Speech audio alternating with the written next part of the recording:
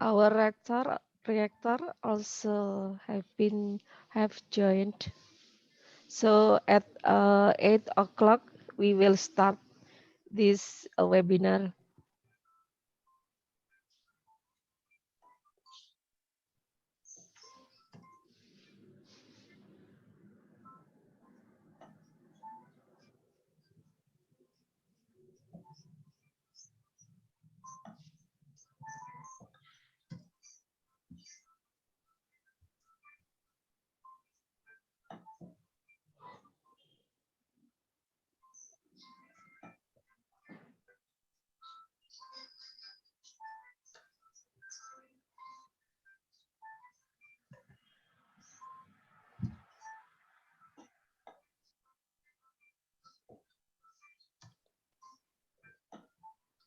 Assalamualaikum Bapak Rektor.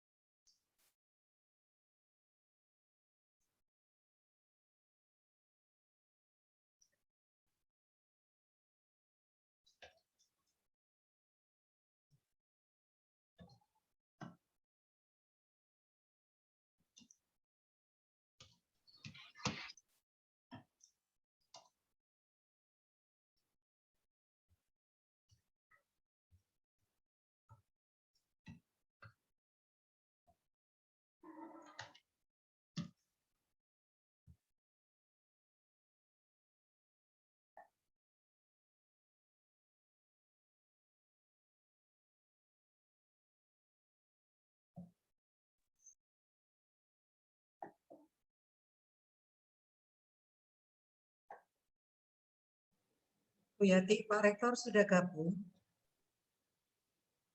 Ya, ini tadi saya berarti sudah ya Bu ya. Boleh dimulai ya Bu ya? Ya, silakan. Ya.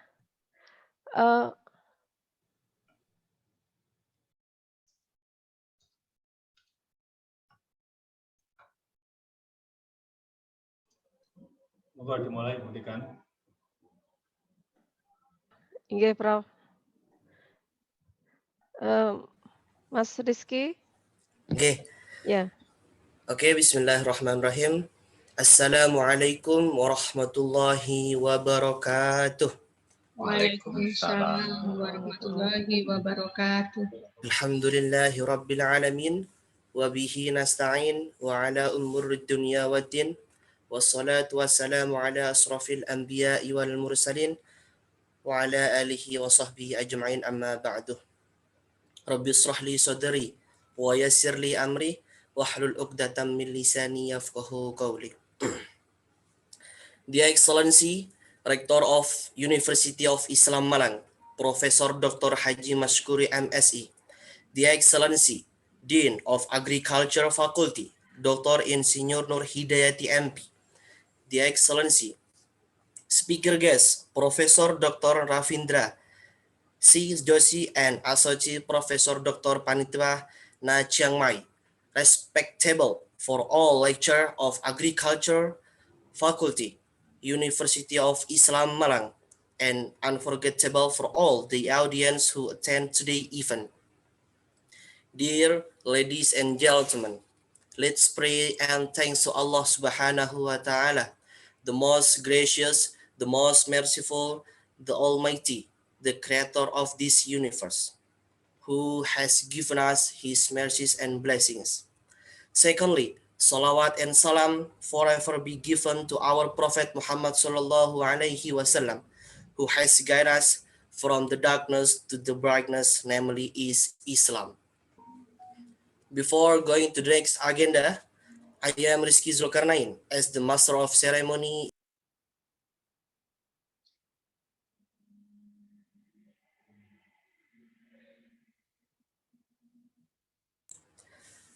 By the time strategies to manage rice production in limited condition. And here are the agendas. The first agenda is opening. The second agenda is seeing Indonesia Raya and Mars Subhanul Waton. The third agenda is reading Salawat Nuril Anwar. The following agenda will be speech from the Dean of Agriculture Faculty. The next agenda is rector speech.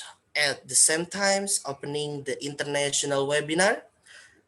The main agenda is international webinar from our keynote speaker today that will be guided by the moderator.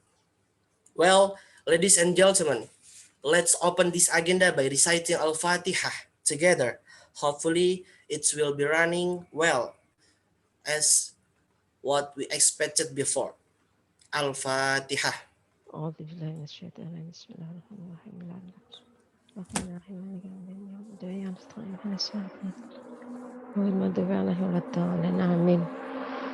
you very much. The second agenda is singing Indonesia Raya and Mars Subhanul Waton. For all our audience are requested to singing together.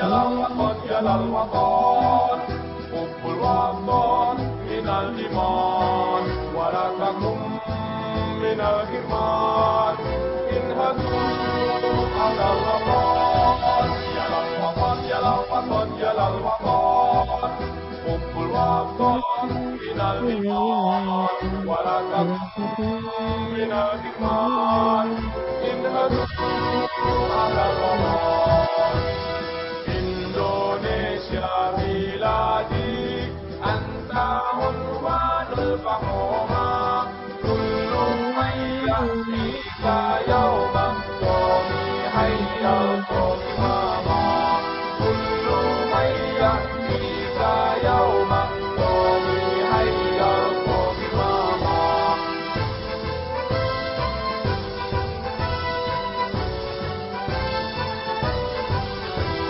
hati wahai tanah airku, cintamu dalam imanku, jangan halangkan nasibmu, bangkitlah hai bangsaku, usaplah hati wahai tanah airku, cintamu dalam imanku, jangan halangkan nasibmu, bangkitlah hai bangsaku.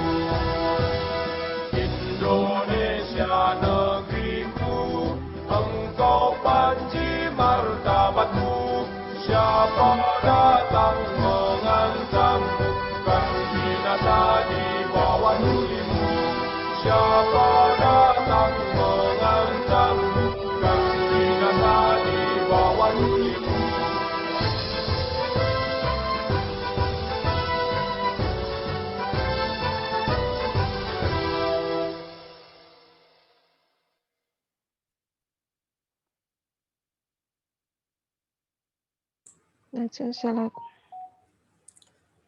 Okay, thank you very much. Next to the third agenda is reading Salawat Nuril Anwar. We would like to invite Shahida Reza. Please take your time. Assalamualaikum warahmatullahi wabarakatuh. Waalaikumsalam. Allahumma salli ala nuril anwar wasiril asrari wa tiryaqil awiyar wa miftahi babil yasari sayyidina wa maulana Muhammadinil muhtar wa alil adhari wa ashabil akhyar adada ni'amillahi wa ifdali adada ni'amillahi wa ifdali. Assalamualaikum warahmatullahi wabarakatuh. Assalamualaikum warahmatullahi wabarakatuh. Go on to the next agenda. That is speech from the Dean of Agriculture Faculty. We would like to invite Professor Dr. Insinyur Nur Hidayati MP to deliver her speech. Dear Professor Dr. Insinyur Nur Hidayati MP, we please you to take your time. Thank you, Rizky. Assalamualaikum warahmatullahi wabarakatuh. Good morning, everyone. Honorable Rector University of Islam Malang, Professor Dr.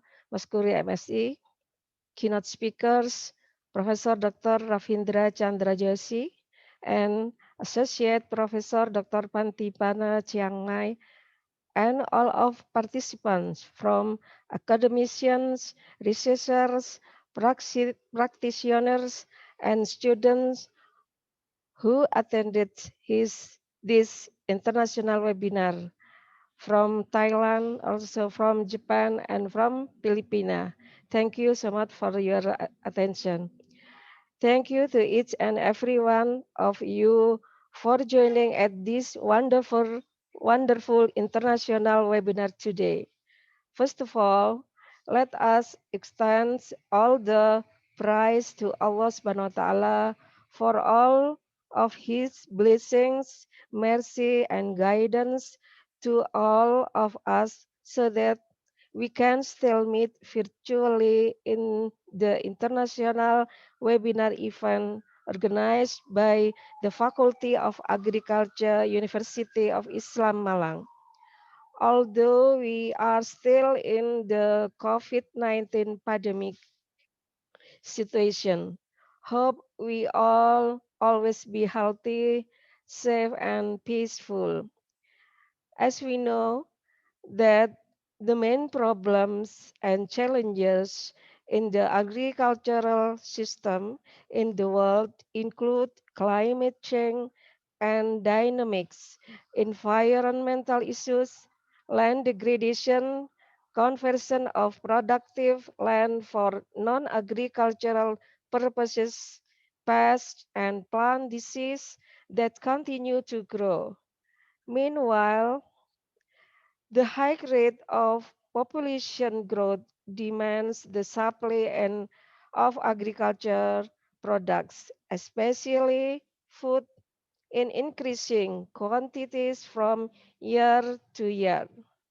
This condition gave rise to the food and energy crisis of the world, food and energy prices. Therefore, we are required to always develop innovation in rice production systems that can be applied in limited conditions.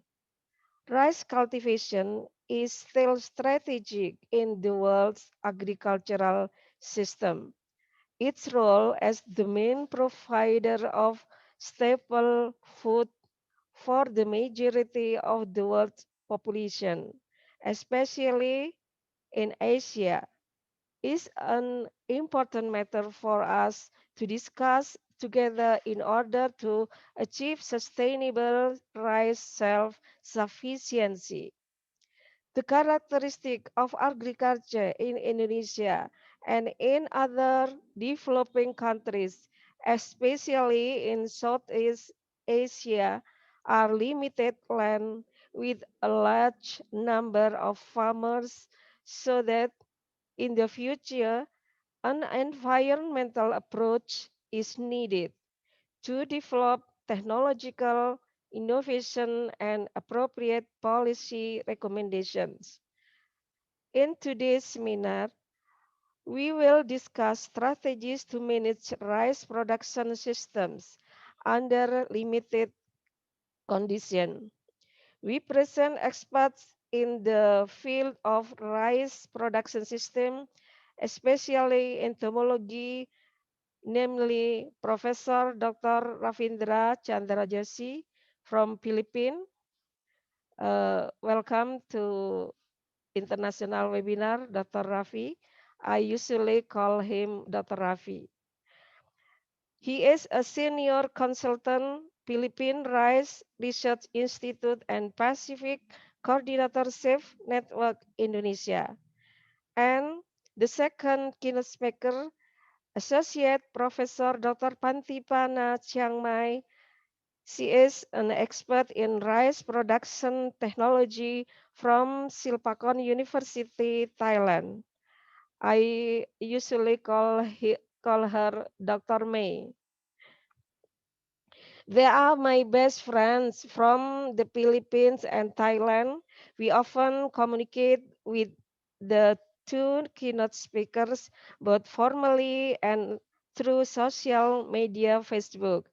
Their expertise is unquestionably in the field of rice production. Many thanks to Prof. Dr. Rafi and Dr. May for willingness to be keynote speaker in this international webinar. And On this occasion, we ask our rector of University of Islam Malang to open this international webinar. I hope that this international webinar will provide benefits to all participants from academicians, researchers, practitioners, and students who attended this event. Thanks also to all the committee who have worked hard to make this activity a success. On behalf of Faculty of Agriculture, University of Islam Malang, we apologize if there is any inconvenience in organizing this activity. Thank you to all for making event good. Assalamualaikum warahmatullahi wabarakatuh. Thank you very much. Go on to the next agenda, that is speech from the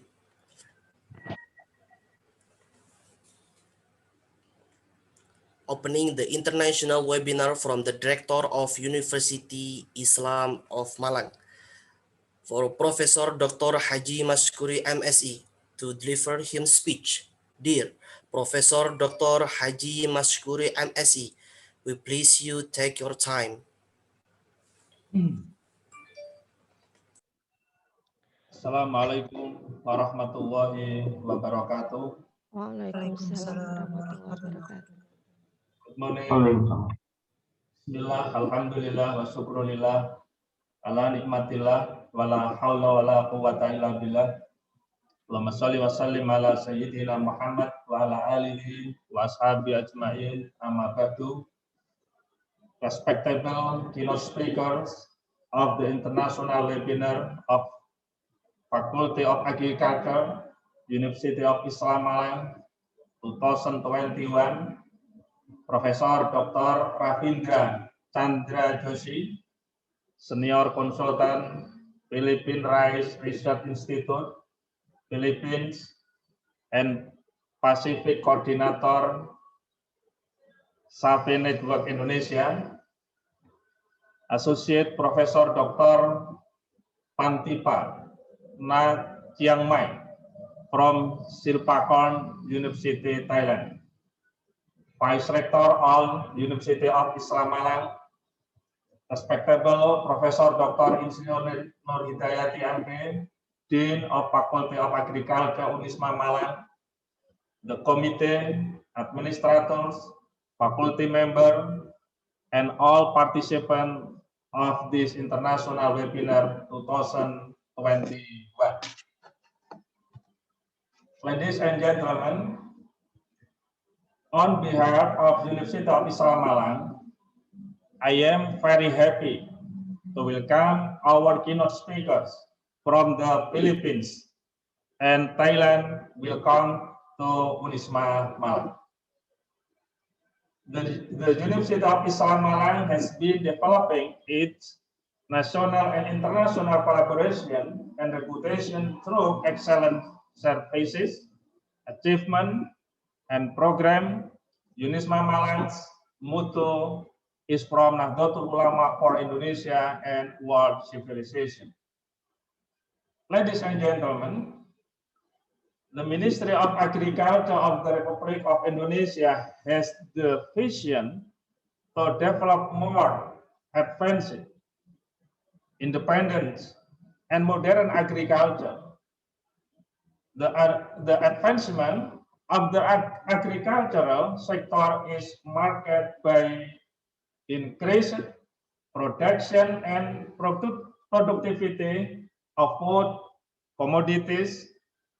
It can meet domestic needs, self-sustaining food. We can increase farmers' income.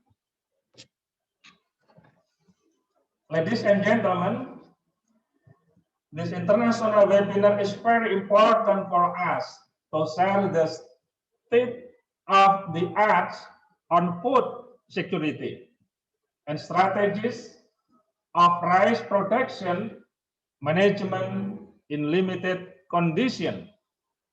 Rice is the main rice is the main food crop in Indonesia. Therefore, rice security for the state to individuals as reflected in the availability of sufficient rice in terms of quantity and quality is crucial. Therefore, we need to make sure that in a minimal condition, we are capable of ensuring a safe drivers, nutrition, equitable, and affordable. Affordable rice that does not conflict with the religion, belief, and culture of the community to be able to live a healthy, active, and productive life in a sustainable manner. Ladies and gentlemen, progress and independence in the agricultural sector are realized by increasing the development of applied research supported by the quality of human resource in using modern technology based on agriculture areas to achieve agrarian competitiveness. Ladies and gentlemen, on behalf of the University of Islam Malang, I would like to thank the organizing committee from the Faculty of Agriculture of Unisma Malang as the host who has organized and conducted this international webinar 2021 successfully. In this pandemic situation, although we meet online, we strongly believe that it will not stop our creativity and innovation from developing our nation and from advancing science and technology for a more prosperous and harmonious life for all human beings. Ladies and gentlemen, I hope the participant can benefit from this international webinar for our personal and professional development goals. I also hope we can develop our networking and collaboration with scholars across the nation and globe. Ladies and gentlemen, Bismillahirrahmanirrahim. I officially open this international webinar 2021 organized by the Faculty of Agriculture of Unisma Malang with the 10 strategies to miniaturize production and limited condition. Thank you. Assalamualaikum warahmatullahi wabarakatuh. Waalaikumsalam warahmatullahi wabarakatuh. Thank you so much.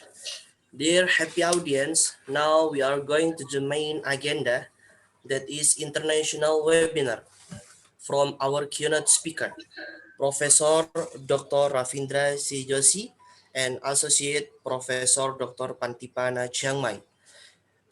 That will be guided by Mrs. Novi Arfarita, SP, MP, MSc, PhD as the moderator. After this, the agenda will be continued with international webinar, which in this case will be handled fully by the moderator. Before going to the main agenda, I would like to read the curriculum vitae of Mrs. Novi Arfarita, SP, MP, MSc, PhD. The name is Novi Arfarita, SP, MP, MSc, PhD. He's undergraduate in the Faculty of Agriculture, University of Brawijaya, Malang in 1995. Magister of Science, School of Science, Mayfahlu University in 2007. Magister Agriculture in Faculty of Agriculture, University of Brawijaya, Malang, Indonesia in 2008. Doctoral degree, Philosophy of Environmental Engineering, Yamaguchi University, Japan, Doctor in 2013. Miss Novi Arfarita is a lecturer, Agrotechnology Department, Faculty of Agriculture, University of Islam Malang in 2009 until now. The subject model is Basic of Microbiology,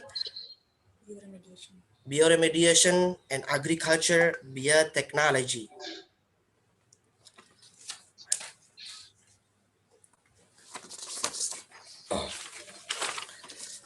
And then we would like to invite Mrs. Novi Arfarita, SP, MP, MSc, PhD, as the moderator to take your time, please. Okay. Thank you, Mr. Rizky. Bismillahirrahmanirrahim.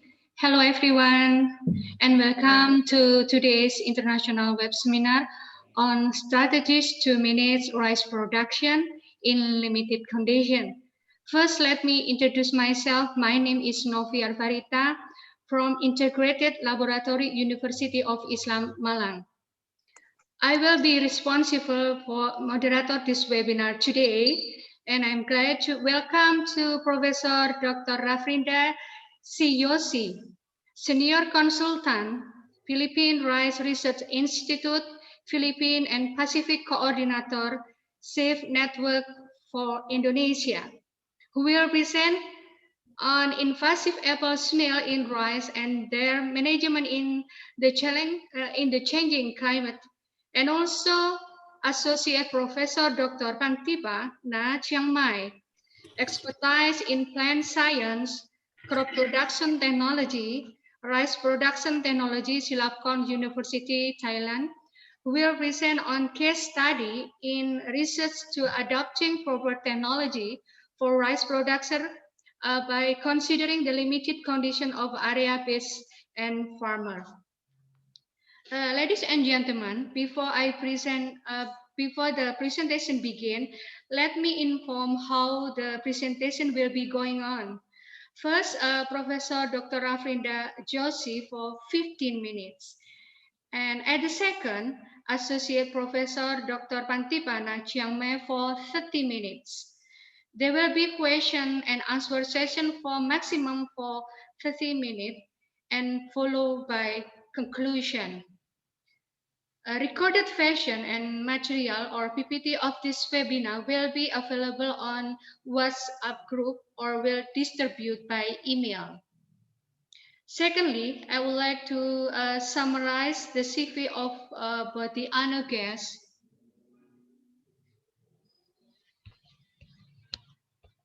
Okay.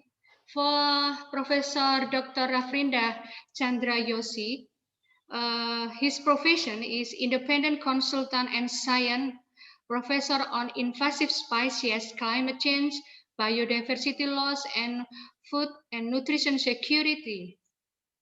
Resident in Philippines, but the nationality from Indian. The country work Asia in Philippines, Cambodia, Vietnam, India, and Japan. And in Africa is in Nigeria. In Pacific Island, Solomon Island, Fiji, and in Caribbean in Haiti. Years of experience around 25, more from 25 years. And the discipline, integrated crop management with focus in invasive alien species, food and nutrition security, biodiversity loss, climate change, and policy formulation in agriculture sector important at international, regional, and national organizations, including the private and academic sector in Africa, Asia, Caribbean, and Pacific Island countries. Education, bachelor a degree from India, and for master degree also in India in the field of entomology, and for PhD he got from Philippines in the field of entomology. He already wrote and published 4 books and also many chapters of international article.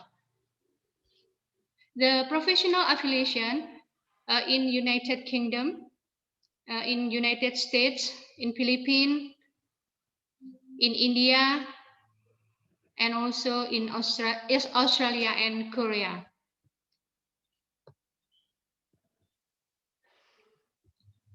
For Associate Professor Dr. Pantipa Na Chiang Mai, home address in Chiang Mai Province, Thailand, and for office address, Animal Science and Agriculture Technologies, Labkon University, IT Campus, Chang'an, Phetchaburi, Thailand. He got bachelor degree and also Master of Science from Chiang Mai University, and for PhD from Suranari University Technology in Thailand. Work histories: start of working at Silapkon University since September 2004 until now. She already published around 80 journal. I think that's all. And for those of you just joining us, welcome. And now here our first honorary guest, Professor Dr. Rafrinda J. Joshi, please. And for the untuk panitia mohon diberi akses bagi Prof. Rafindra untuk mempresentasikan materinya. Sudah Oke, Ibu. Sudah. oke, thank you. Professor Rafindra, please. Thank you very much, moderator Dr. Novi Afarita, for the kind introduction. Good morning and warm greetings to you all from the Philippines. First of all, I'm very grateful to the rector, Professor Dr. H. Maskuri and Professor Dr. Noor Hidayati. I call her Dr. Professor Yati. Thank you for both of you for from the University of Islam Malang for the welcome speeches. I'm so happy that you both of you have set the floor for this international webinar very well. So my introduction would be very short.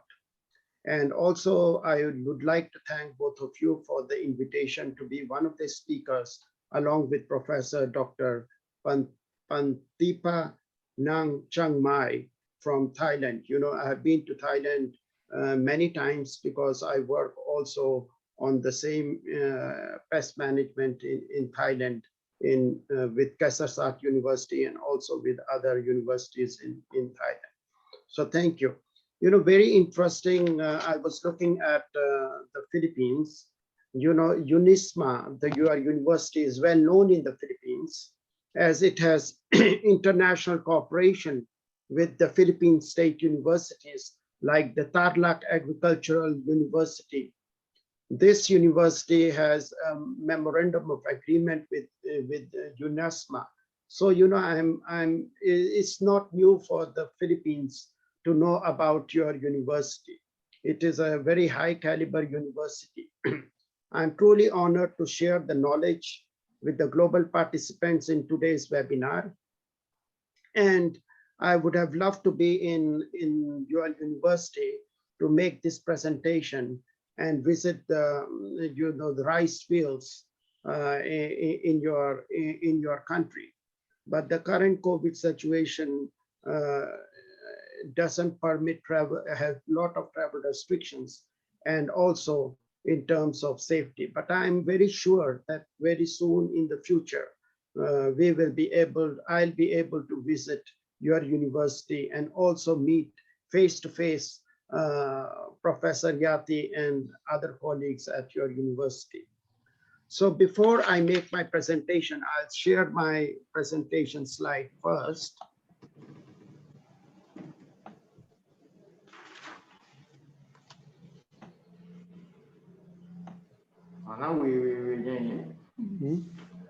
Is the slide clear? Yes, right. Is it clear? Yes. Okay, thank you so Yes, much. clear. So I'm going to start. Wait a minute. Okay. So my presentation is going to be very short, because I will not go into the introductory part, which has been well mentioned by Professor Yati as well as Professor Rector Maskuri. So I'm going to present about the invasive apple snails in rice and how their management is changing, is becoming more difficult with the changing climate, which is happening globally. Can the other people mute, please? Yes. So I just want to give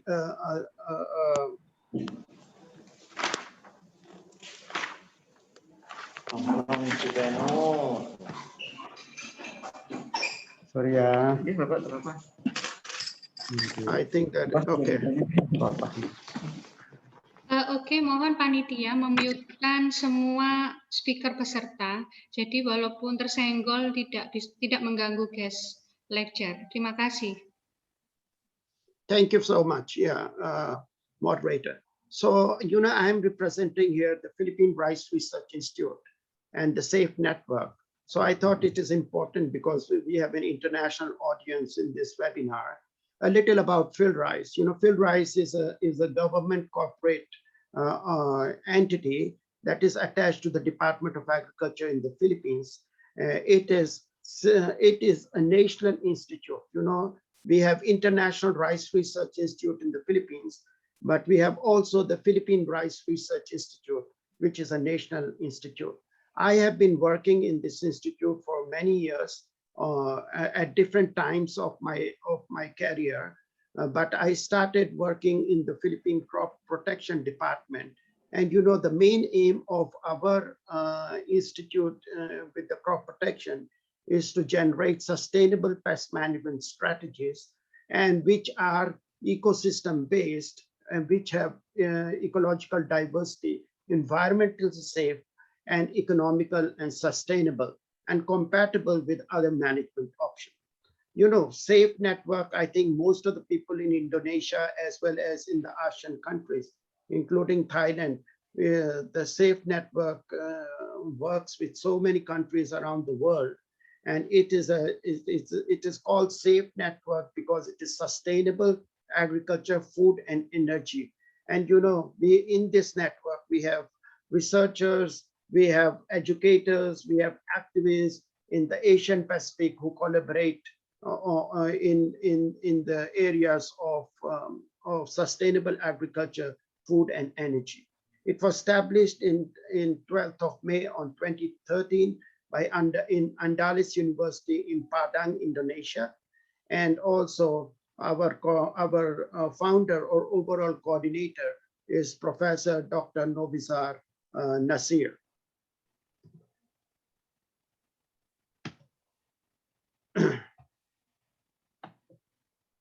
I think there is a problem in the, okay.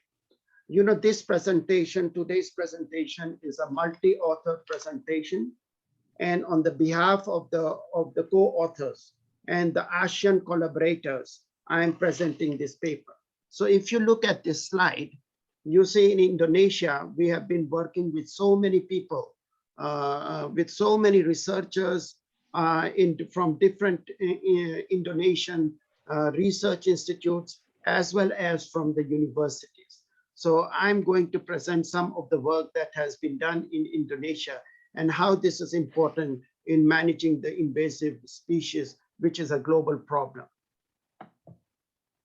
The structure of my presentation is going to be very simple. I think when I talk about invasive apple snails, I have indicated the Indonesian names in the parentheses for the ease of understanding of who are not in crop protection, but I'm sure they are familiar with the kind of problems that this snail is causing in rice production in Indonesia, as well as in other countries.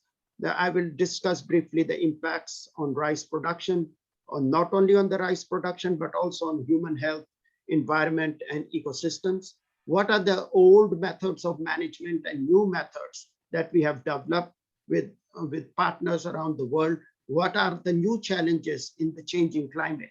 And what kind of knowledge-based information we have developed so that people around the world can make use of it and do not have to reinvent the wheel. And finally, before discussing about partnerships or collaboration in future with your university, as well as with the other people that are attending this webinar, I'll have a brief launch of the invasive apple snail book that was published by us.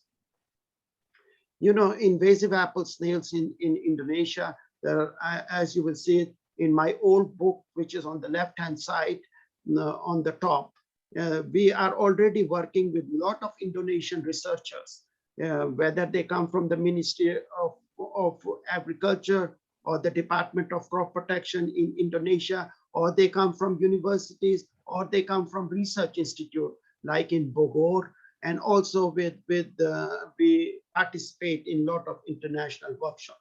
So, you know, we have been working on snails in Indonesia with Indonesian partners since 1980s, since the mid 1980s, and we continue to work even in the latest book, which was published in 2017. We have also chapters in our book from Indonesia. And also we continue to publish in international journals with the Indonesian researchers. And for me, every time the Indonesian researchers are the senior authors and I am the co-author, because it is basically that most of the work has been done by Indonesian researchers in Indonesia. And I'm only assisting in terms of fine-tuning of what they are currently doing. So we collaborate with Indonesia since the mid 1980s. You know, this invasive apple snail used to be called golden apple snail, and it is one of the 100 worst invasive alien species in the world. So you can see, in terms of the aquatic environment, in terms of rice, this is one of the most serious pests, and continue to become more serious with changing climate because of increased flooding. They have spread to new areas. And this is listed as 100 worst invasive alien species by the International Union of Conservation of Nature and the Invasive Species Specialist Group. So this is considered as one of the problem, not only in Indonesia, but it's a global problem. If you look at these snails, their native home, they come from South America. However, they have been introduced around the world basically for three purposes. One is for food, second is for aquaculture, and the third is basically in terms of increasing the source of income. And soon after the introduction, many of these countries, and including neighboring countries, which you can see are being invaded by this invasive apple snails. But the new threats are, especially in India, Bangladesh, and also in these two countries have serious threats. And one of the recent invasion, just 2 months back, has happened already in East Africa, in Kenya. And I am now helping the Kenyan government through the Center for Agrobiosciences International, which is based in UK, to manage this snail in Kenya. So why is it so difficult? It is very difficult because these snails actually, when they were introduced in Indonesia during sometime in 1980s, in mid 1980s. And now since their introduction, they were introduced in Indonesia as an aquaculture ornamental purpose. And now they have invaded almost all parts of Indonesia, especially in the wetland ecologies. So one of the biggest problem of these snails that we have been working is that it's very difficult to identify them using traditional molecular taxonomic tools. And here I am just showing you a simple example. These specimens, the A and the B, the one on the left-hand side and the B, these snails are originally from Argentina. So you can see how they look like. But if you look at the specimens from C, where a lot of work has been done in Hawaii, in the US, you look at the color, the size, and the shape of the snail. And now, if you look at the snails in the Philippines, and also similar like in letter D, similar in Indonesia, they look very different from all of this. However, these are all single species. These are all Pomacea caniculata, but they show so much diversity that it is impossible to identify using traditional molecular tools. So if you look at some of the work that we have also done, in case of traditional tools that to identify based on their eggs of different species of invasive apple snails, it is possible to some extent. However, it is now becoming very difficult because these egg sizes or the colors, they can change with the color of the with the source of food, because these snails, they eat in many kinds of host plants. So what we developed in 2008 was that we developed it. We looked at the molecular characterization. We used the molecular tools, and this is the first work that we have published together with the partners from University of Hawaii. So what we did is we look at the apple snails from different countries, including the native species, which are pili species, and also species that are introduced in other countries, but different Pomacea species, different species of apple snails. And what we found out that in the Southeast Asia, we have mostly in the Asian countries, we have mostly P. caniculata, that is Pomacea caniculata, and P. maculata and P. diffusa. They are introduced to Southern Asia. So the caniculata and the new name of insularum is maculata. They belong to the P. caniculata group.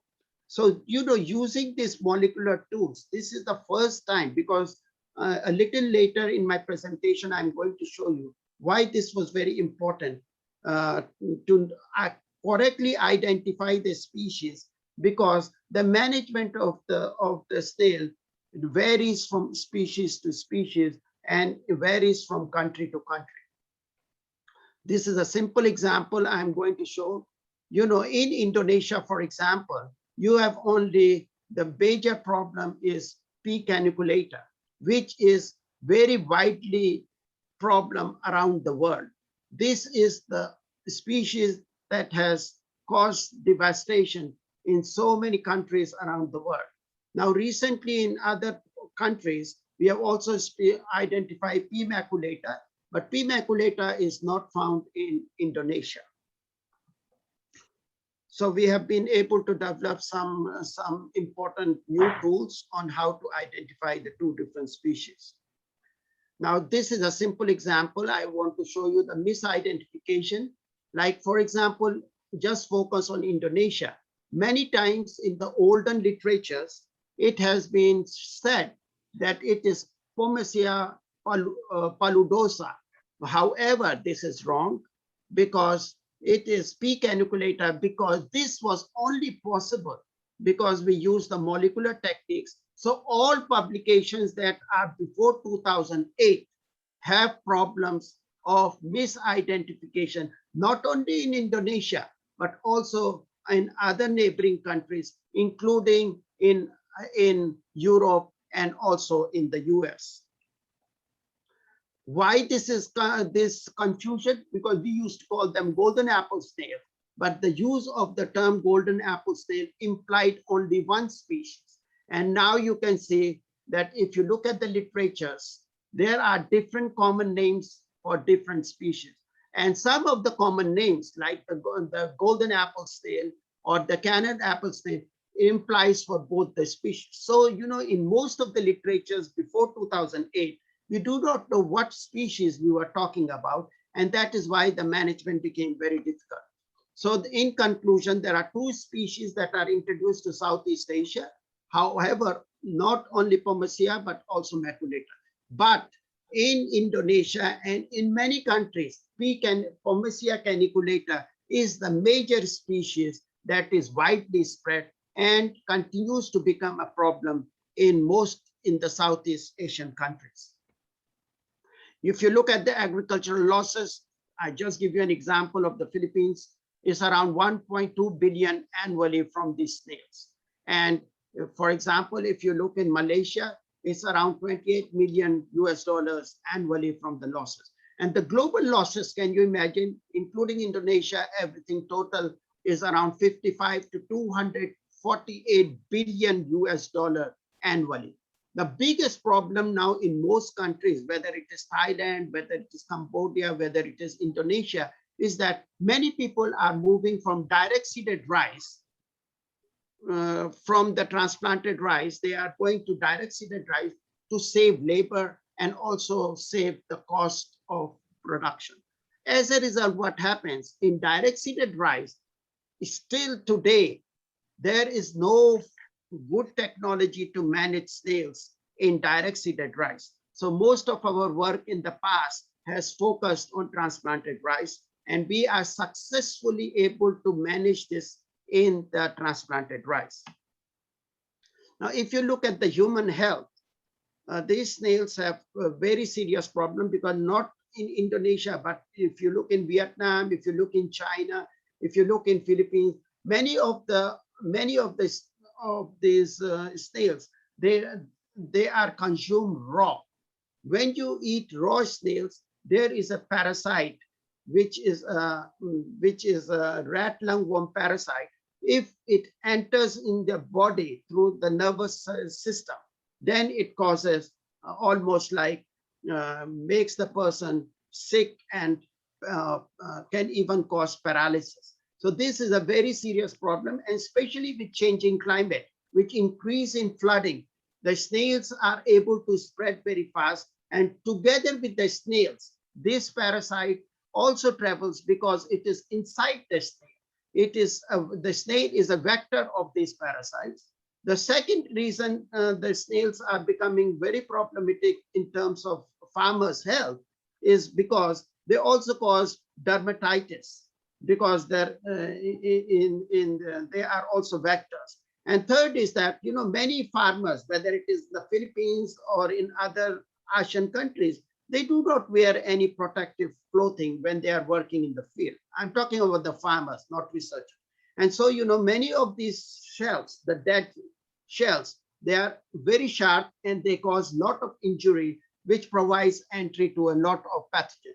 One of the recent work in Florida with my colleagues, they were able to find out that this snail, the empty shells, they provide a lot of good habitat for the multiplication of tiger mosquito, Asian tiger mosquito, which is also an invasive species, for the larval development in their shells, empty shells, because they contain water, they accumulate water. So now the mosquito problem is becoming more serious in Florida. What are the other environmental problems? One of the biggest environmental problems that caused by the snails is the use of pesticides, especially because there are very few botanical pesticides. our work on botanical pesticide, we are able to identify some very good botanical pesticide, and one of it is recently been registered in Vietnam. So that product has no side effects. But the cost of insecticide application, the cost of pesticide application to control snails is enormous. Currently, it's around 7.4 million US dollar per year in the Philippines, and it continues to increase with the increase of direct seeded rice. The second is the snails are also causing algal blooms, and also the effect of insecticide. So if you look at the picture on the right hand side, I'm just showing you that if you use a product which is commonly used in most of the countries, including Indonesia and other countries, is niclosamide. If you use early in the direct seeded rice, then on a pre-germinated direct seeded rice, it causes stunting and poor growth of roots and shoots. So you can look at the one that is untreated and the one that is treated. So what happens? The snails are able to damage the rice seedlings for a longer time. So these are the things that we are been addressing. The other impacts of the snails is on trade. And many times now the trade is becoming a very serious problem, especially for vegetables like water cabbage. For it was imported to Malaysia from Thailand, was found to be contaminated with young snails. So there was a temporary ban on the import of vegetables into Malaysia from Thailand, especially the Ipomia aquatica. This is a water cabbage, which is a very important vegetable in many countries in the Asian region. And similarly, in the European Union, there is a restricted, all aquarium plants are regulated because of the risk of the spread of the snails to other European countries. The environmental problems are very serious, as I said, not only on the ecosystems, or not only on the water quality, but also in terms of affecting native fishes and native apple snails. And we have seen it very clearly, not only from our work, but also from the work from my other colleagues in their respective countries, especially in Indonesia. Dr. Risti from the LIPI, from the Center for Biology in Bogor, she's done a lot of work on looking at how the introduction of the Pomacea has affected the native species in Indonesia.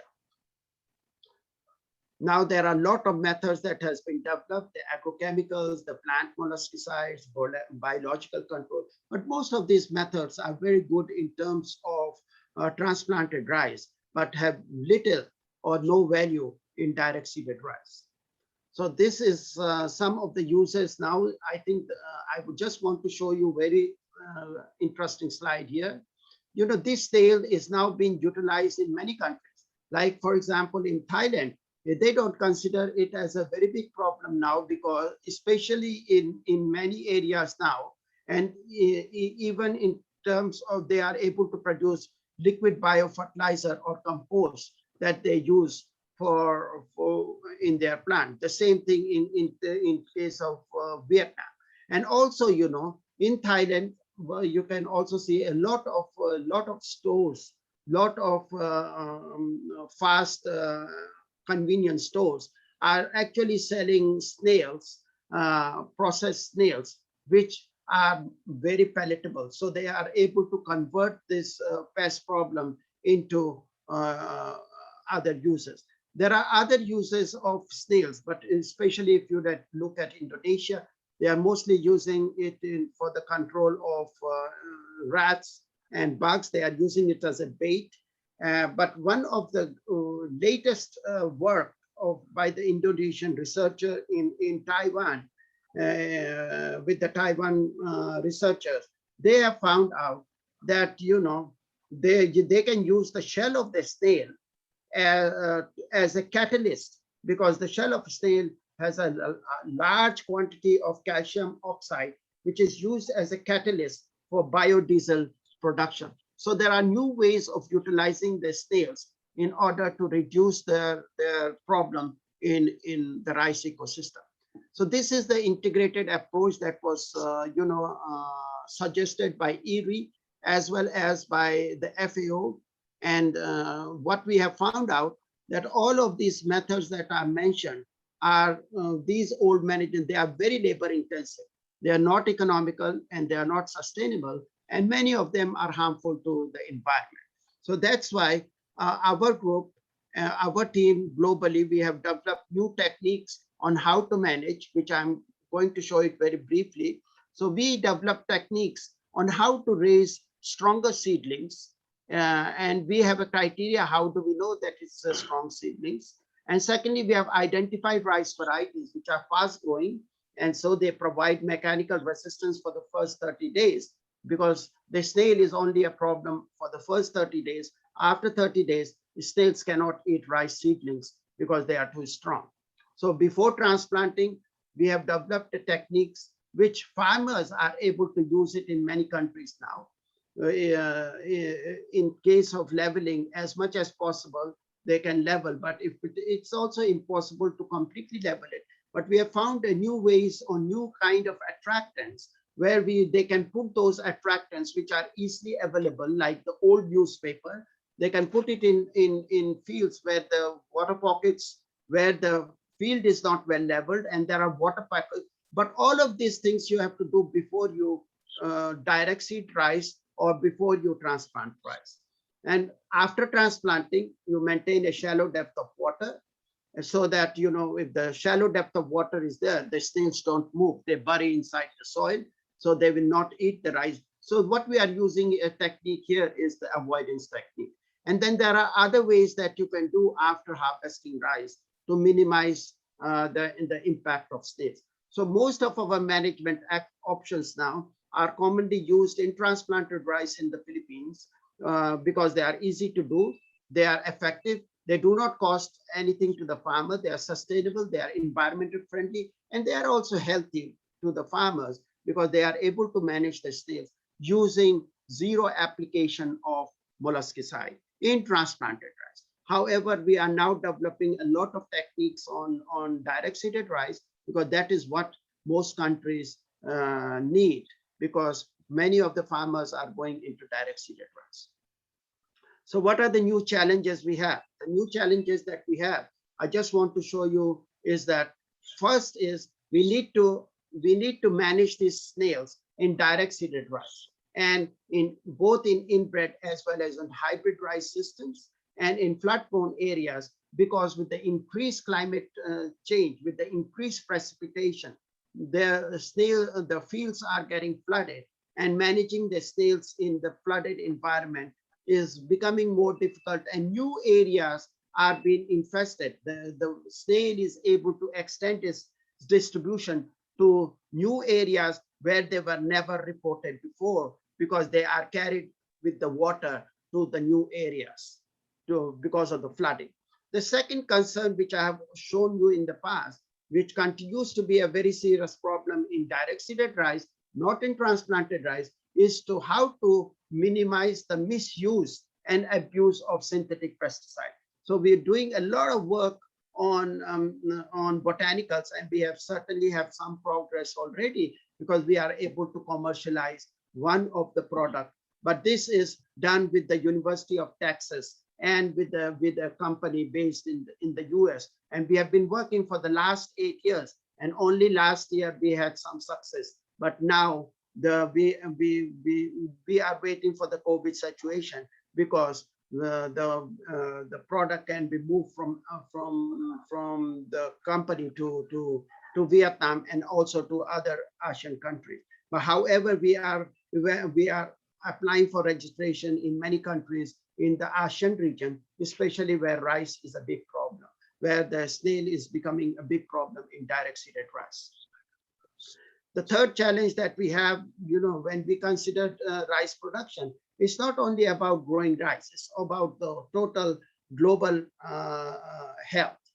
So you look at the health of the soil, you look at the health of the rice, you look at the health of the farmer. So it has to be holistic.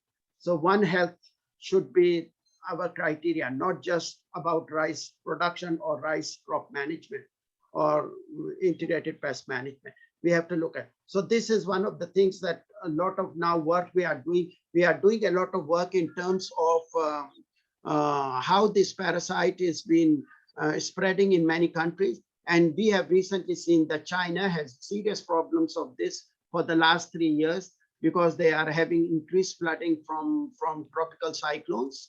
And there we are working very closely with the Chinese researchers on how to minimize the problem of the parasitic infections in China and also to avoid.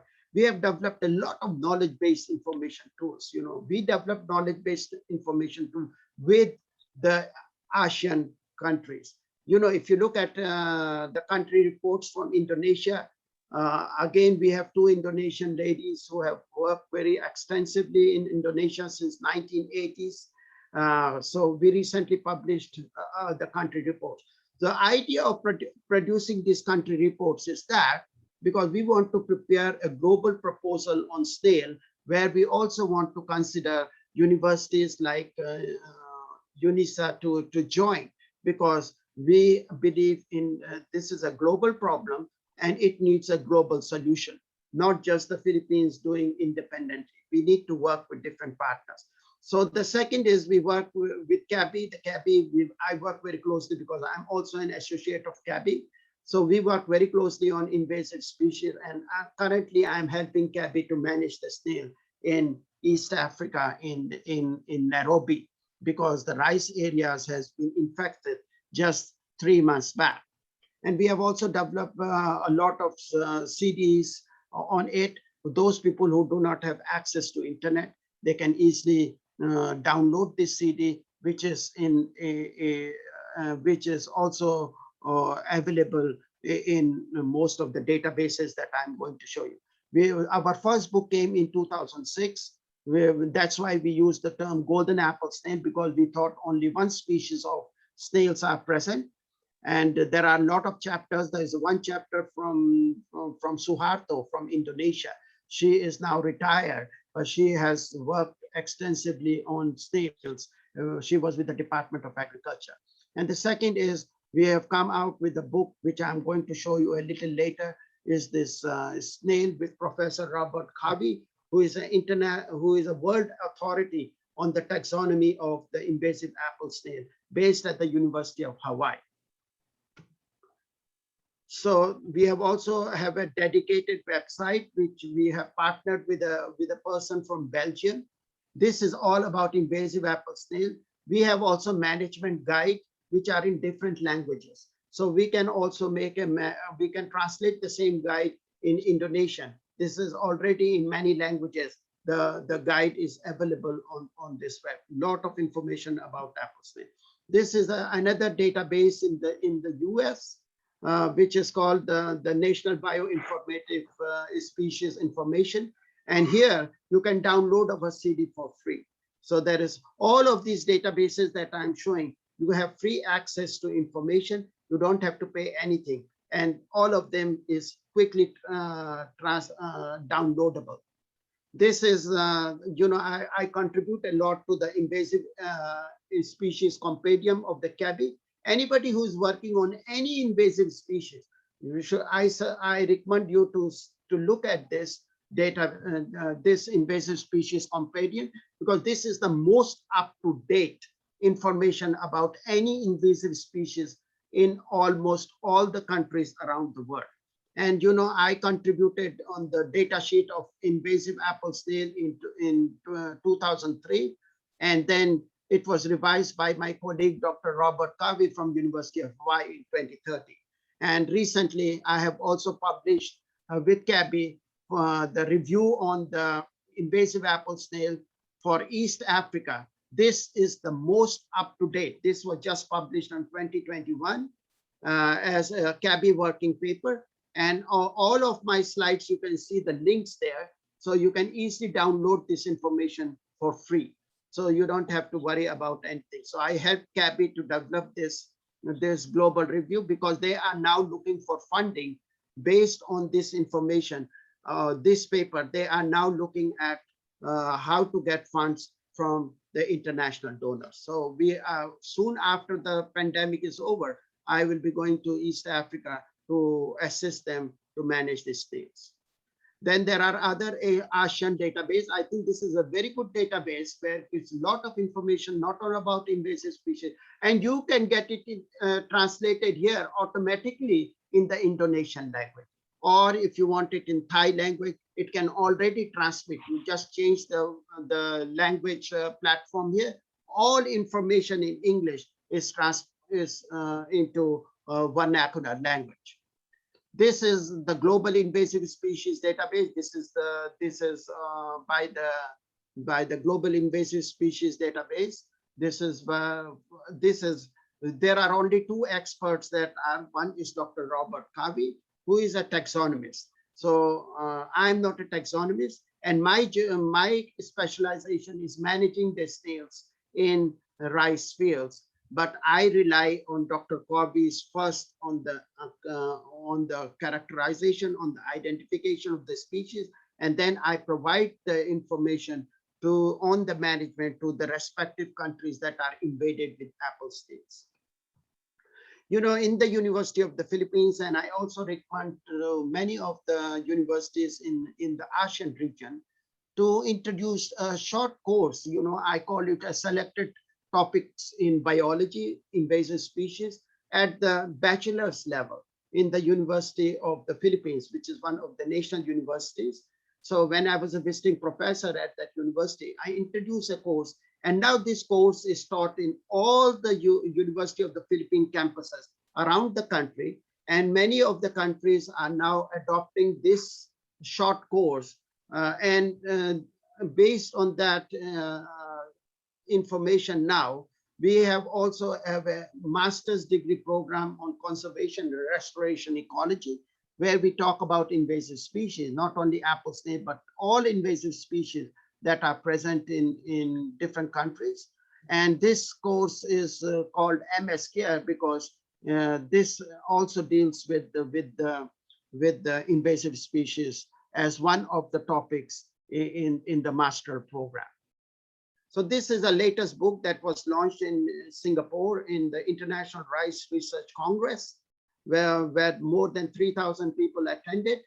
And during this conference, I was lucky that I was given a slot to talk about a little about our new book on invasive apple snail. So this has followed from the old book. This is a brand new book because we had a lot of trouble with the species identification in the old book, because we all thought, people in the world thought there is only one species of golden apple, which we call it golden apple snails. But what we found out, there are more than one species of apple snails which are infesting rice in many parts of the world. So we came out with the updated version. So this is a brand new book. This is 2017, and you can easily download this book for free. So I just want to show you there are different chapters that we have in the book. So there are 9 chapters in the first section of the book, which deals with general biology of the invasive species. There are 21 authors from 8 countries. These are the countries that have contributed chapters on this first section of the book. So, you know, all of these chapters are multi-author. They are not single author. Even from Indonesia, we have multi-author. Not just Indonesian authors. There are other authors that join that are working on similar areas. In the section 2, we have country-specific reports. With these country-specific reports are the countries where the invasions are new, and that's why you don't see the country report from Indonesia, because the country report that we have published was later in an international journal. The third section is on how to manage it and use it. There are 5 chapters with 17 authors with 6 countries. And you can see that this book has a global coverage. There are 22 chapters with 67 authors with 17 countries. So you can imagine the kind of network that we have globally about the invasive apple snail, where I started working on snail in the Philippines for the first time when it invaded in in 1987. So since 1987 until today, we continue to work on invasive apple snail in around the globe, and I travel to almost all the countries where the snails have invaded. This book is free of cost. You don't have to worry about it. You can either download from Fieldrice website, or you can go to the website of Dr. Robert Covey from University of Iowa, or at the CABI Invasive Species Companion. This you can download in less than 5 to 10 minutes, the whole book for free. Why the snails are a problem with the climate change? We all know, because I try to explain the climate change in very simple terms, because many people have different difficulty understanding climate change. We all know that Earth is getting warmer because of the climate change. There is increase in the thermal temperature. So what happens when the temperatures are changing? We are expecting there are changes in the ecosystems. So when there are changes in ecosystems, there are shifts in the distribution of both animals as well as plants. And this shifts because, as I mentioned to you, for example, in case of snails, increased flooding. Professor Rafi. Just 5 minutes. Okay. Yeah. Thank you. Yeah. With the increase in flooding, you can see the snails are distributed. With the increase in temperature, the snails are able to adapt to the higher temperatures as well as lower temperatures because of the high plasticity. So that is why snails are very serious. Even in the polluted waters, now these snails are able to survive because of the high plasticity that they have, the ability to survive under adverse environmental conditions. So what is the final message that I want to say is that the snails are a global concern, and no single country can adequately address it. So we need to work with the regional, national, and international partners, not only in agriculture sector, but also in other sectors like health sector, education sector, environment sector, and with the universities and research institutions, as well as with the non-governmental organizations. We have to think globally. If you look at the snail problem, even in the Asian countries, just look in the Asian countries, all the Asian countries are infested with snails, and they are becoming a serious problem. So we have to think globally and we have to act locally. If you have any questions or after discussion, you still want to communicate with me, I'm very happy. You can either contact me on my WhatsApp or on the email address that is provided. Thank you so much for having patience to listen to my presentation. And I'm willing to address any questions after the second presentation. Thank you so much. Thank you very much for Prof. Rafrinda for the great presentation. And I hope you all of the audience will enjoy this valuable presentation. And then the next, and now here is our second, the honor guest, Associate Professor Dr. Pantipa Nak Chiang Mai. The time is yours. Please. Good morning, everybody. So let's start. Please show my slide.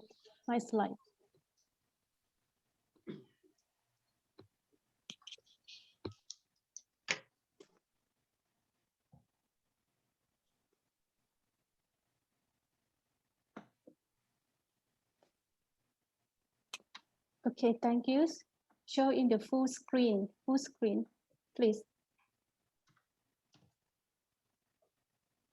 Okay, for the topic of this webinar, I decided to give you 2 examples of my research work. In the topic of case study in research to adopting proper technology for rice production by considering the limited conditions of area base and the farmers. Next, please. Next slide, please. So if you talk about the social inequality, it has many dimensions. And for that issue about the agriculture's developments, it also have the inequality. Of course, for solve this problem is very complex. Give you an example of 3 reasons. The first, from geography or agricultural area are probably the main drivers to make developing inaccessible. For example, lack of irrigation, later rainfall, slope area, and some area is in the area of international borders. And the second is the term of farmers. Farmers that has experience, sometimes it's difficult to change their mind to receive a new technology. And the last is the researcher, because the researcher themselves also have the field that they interest. Next, please.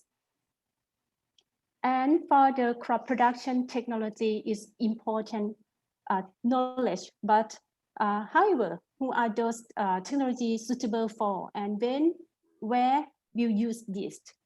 Next, please. For the study in area based, for the first, the researcher should to survey both of the area and the farmers. You can get search for the meteorological data and another statistic data before you go in the area.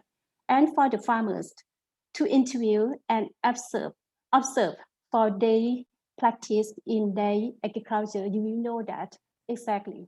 And because sometimes we don't know about the simple is the best or complicated thing for technology is the best for this area. Next, please. And for the researcher, in my opinion, to explore yourself first, because this kind of research is take time and require constant encouragement to work with the farmers and the area. Next slide.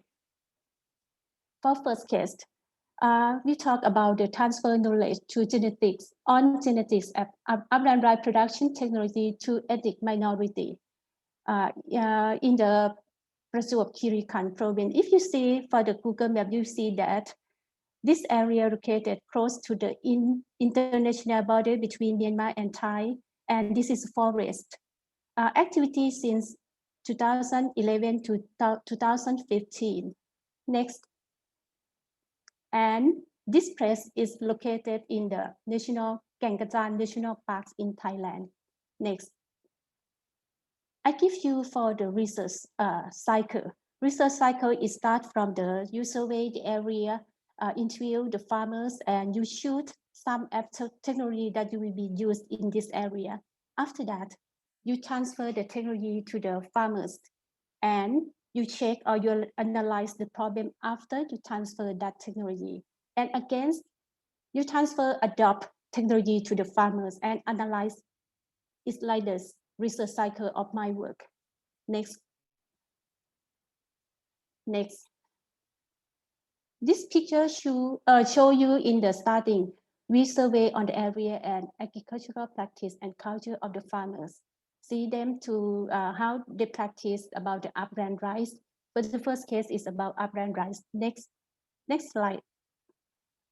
And you see that the small canals run through the village and many slope area. And this is house of farmers. Next, please.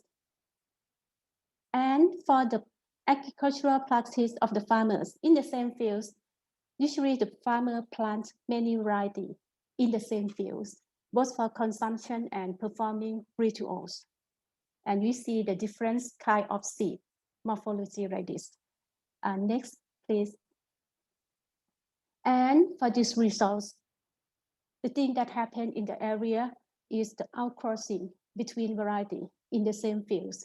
And in some seeds from different variety has been correct in the same storage at the house of the farmers. So mixed genetics could be observed in this area. And you see for the on-seed, right this. Next, please. And for this reason, at the first year, the knowledge that we transfer to the farmer is the rice genetic, how to conserve, how to select, and the pest control in the upland rice field. This is the activity in this area. Next, please. However, the problem is the most of farmers cannot to speak Thai, but some people understand a little bit. Therefore, we use the interpreter to help for translating and use the photographs. The method use photograph to assist the training. Next, please. Next. Next year, we found another problems because from this area based, the village is located in the national parks. Although in the past, the farmer has been permitted to use this area for agriculture, but for nowadays, the population in the village is increasing, so it will have the problem. And for the practice, usually in each household, the farmer in each household use four field in different places for cultivation by rotate the area. And they preparing the area by burn. Most of plant that they burn is bamboo. Why they burn? Because it's like a labor saving to control the weeds, right? Because and they lack of the labor in each household also. So this is a problem. Next, please. So for this situation, the increased soil fertility for upland rice cultivation in the same field is the research goal. And after that, we do the experiment to comparing between 3 different patterns in the same field. The first use cow dung manures. The second use the green manure by planting the mung bean before planting the upland rice. And third, to control. Next, please. Is up the details. So across this, next, please. And after we do the experiment with knowledge, for this knowledge, we transfer to the farmer in the rice field. Next, please. And also transfer this knowledge to their use also. Next, please. From the results, is have two treatment were the best as a green manure and cow dung manure. And for the, because we observe farm is high yield, high rice yield. But for farmers, they prefer the green manure treatment because they can harvest some seed for consumption. However, I think the farmer rely that is have the late labor during out of rainy season. So may have the another problems for planting mung bean and take care of them. Moreover, for the out of season, is also less like a low rainfall in this area as well. And for cow dung manure, although it uses less labor comparing with the green manures, but in this province, the farmer don't do livestock in the village.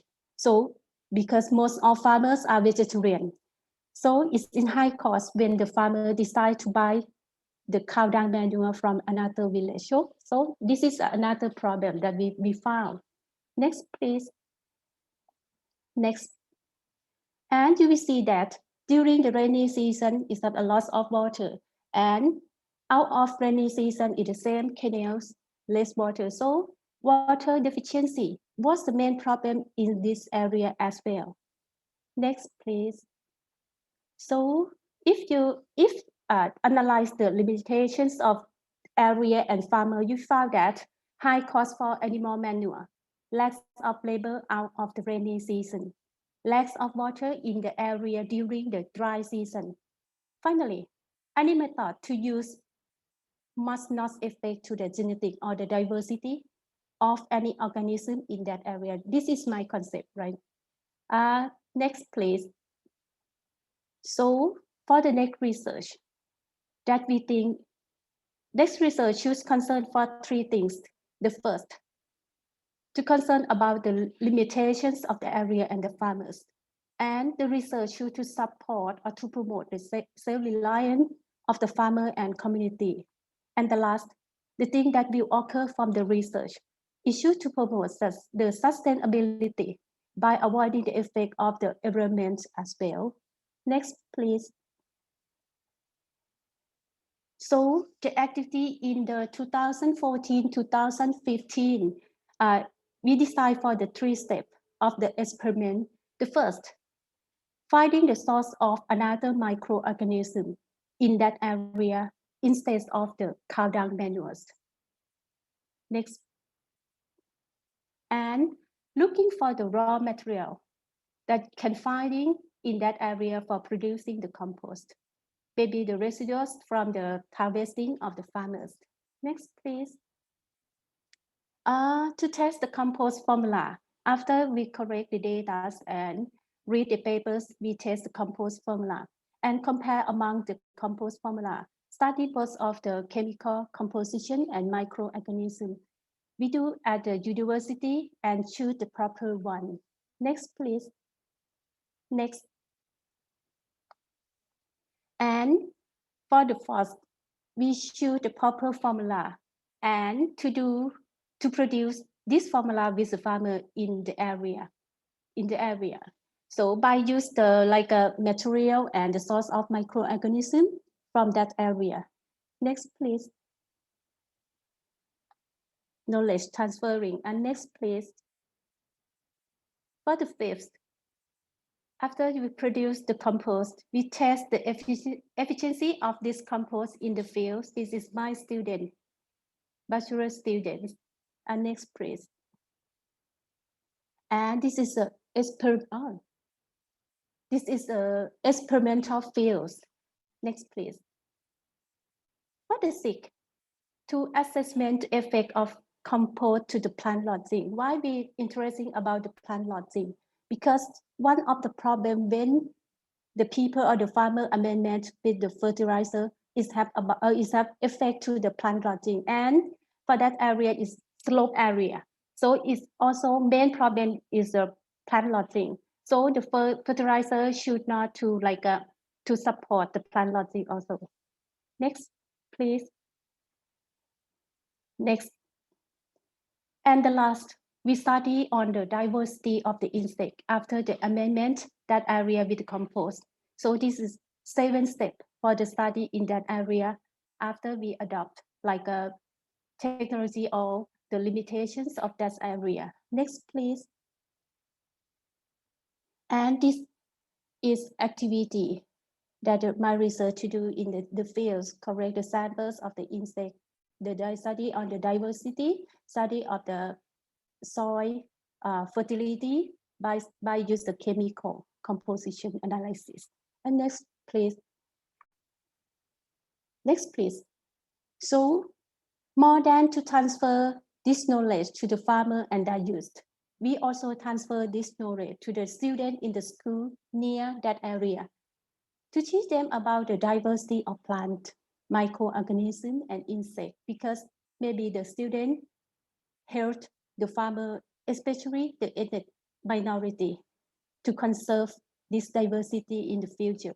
So this finished for the first case in my study. Next, please. And from the upland rice to the lowland rice, this research, the second case in the topic of technology for salinity tolerant to lowland rice. This activity occurs since 2017 until now. Next, please. This research starts from the study on the limitation of the area and farmers in Ban Lam, Phetchaburi province, Thailand. Next. This province, Phetchaburi province, is close to the Prasop Khirikan province in the first case. At here, Phetchaburi is above, and this place is close to the coast. And this area also have the irrigation. However, this place is located at the ends of irrigation system. And this is flood support area of the province. So that means this area flood every year, right? And for the Phetchaburi province in Thailand is a tourist province. So it's require a lot of water for housings, for hotel, business, and for many industry inside of the province. So this is the main problem for the farmers. Moreover, this area is the last paddy field in this province. Last paddy field means it have many fields in the beginning of the irrigation system that need a lot of water for planting, for rice planting, and they plant all year round. This is the main problem for this group of the farmer. Next slide, please. And when you analyze for the farmer characteristics in this area, you find that for rice farmer, it has a familiarity with rice cultivation for consumption first, and for the remaining yield is for sale. And although it have the many problems in this area, the farmer also have the patience to obstacle And because they have the landowner, so they not give up on agriculture. However, the group member is very small, so unable to negotiate to request water from the irrigation system or the authorities. But the best thing is this group had a group leader. So they have a group leader. So for the follow up the research, maybe easy and comfort for me. Next, please. So again, for this picture, to realize the limitations of the area and the farmers, and keep the concept to promote the self-reliance and to promote the sustainability in that area. Next. This picture shows the different state of rice production, rice growth state. All of states are important for rice production. However, the state that's more sensitive to salinity stress is the seeding and seedling state in the first picture. Although another state are more tolerant to salinity, not mean they are not effective. Finally, it still shows the negative impact on the productivity. The same. Next, please. The activity since 2017 until now, we start like the first case, survey the area, introduce the staff to the farmers, observe the planting, lowland rice planting of the farmer and how they practice, and analyze and choose technology to be used, and then transfer the knowledge to the farmer. After that, analyze again and continue as for research. Next, please. Next. This is irrigation, the canal through the paddy fields of the farmers. Next. And I bring the student and the lecturer and this faculty to correct the sample in that place. Next. Next. Next. One technology introduced to the farmer is using the hormone produced by bacteria. Which is bacteria? The bacteria is endophytic bacteria that we isolate from the glands of upland rice in the first case. For the symbiosis between endophytic bacteria and host plants upland rice, thus we expect maybe have a good compatibility between the lowland rice in this area and the hormone that produced by bacteria. And next, please. We test the effectiveness under the laboratory. Next. And also try to testing in the field at Banlam village. We found that it's not suitable for spraying at the ceiling in the fields because it requires a large amount of hormone. Finally, we found that soaking the seed and incubate until germination before sowing in the field is the right way. Next, please. It's not only the salinity stress for the another abiotic stress, for example, the drought stress, is also important for rice production in Thailand and also in this place. When the stress is occur, I mean when the stress from the salinity or the drought stress happen, the farmer cannot to predict the productivity in that years. In some cases, the farmer cannot to plant this year for rice.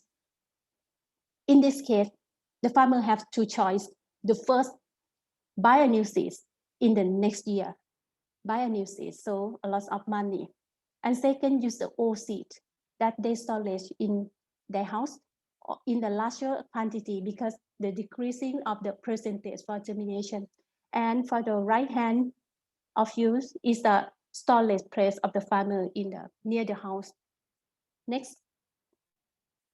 So we do the experiment to use plant hormone produced by bacteria to alleviate the effect of seed deteriorate. And the result found is work because this hormone can both increase germination and seedling vigor. But for the produced locally and low cost in future, many steps have to research continuously. Next, please.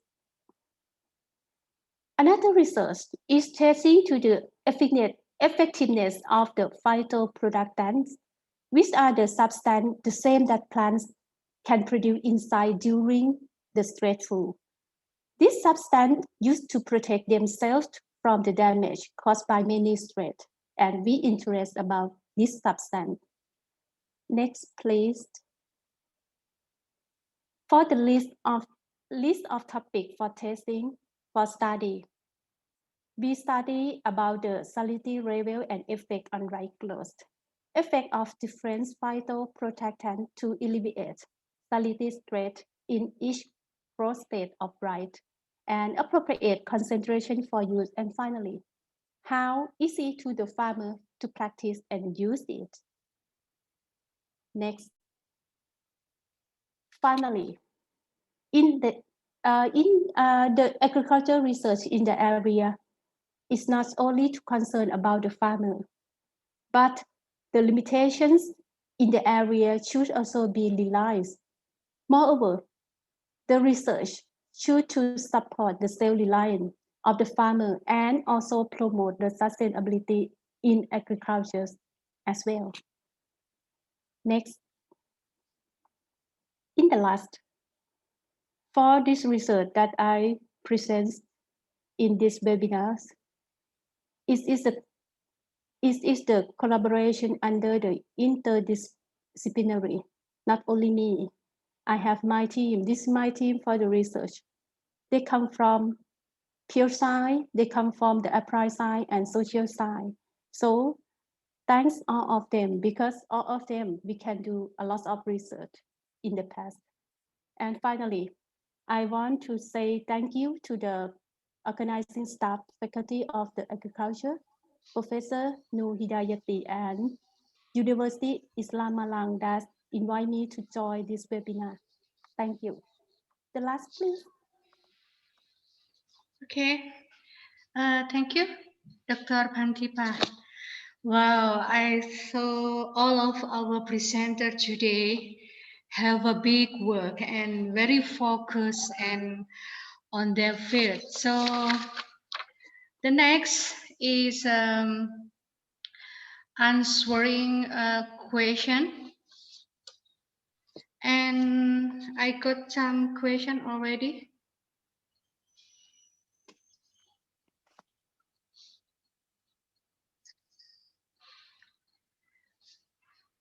The question for Professor Ravindra from Mrs. Siska, University of Papua. Okay, two questions, Prof. First, you mentioned about direct seeded rice is more vulnerable than transplanted rice. What are the reasons behind this, and could you elaborate more? And the second question, in changing climate, does flooding brought more drawback in terms of the incident of apple snail than drought?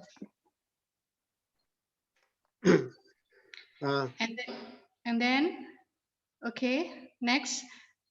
Question for Dr. Pantipa from Mrs. Hayati Ningsing Kubali from University Negeri Gorontalo.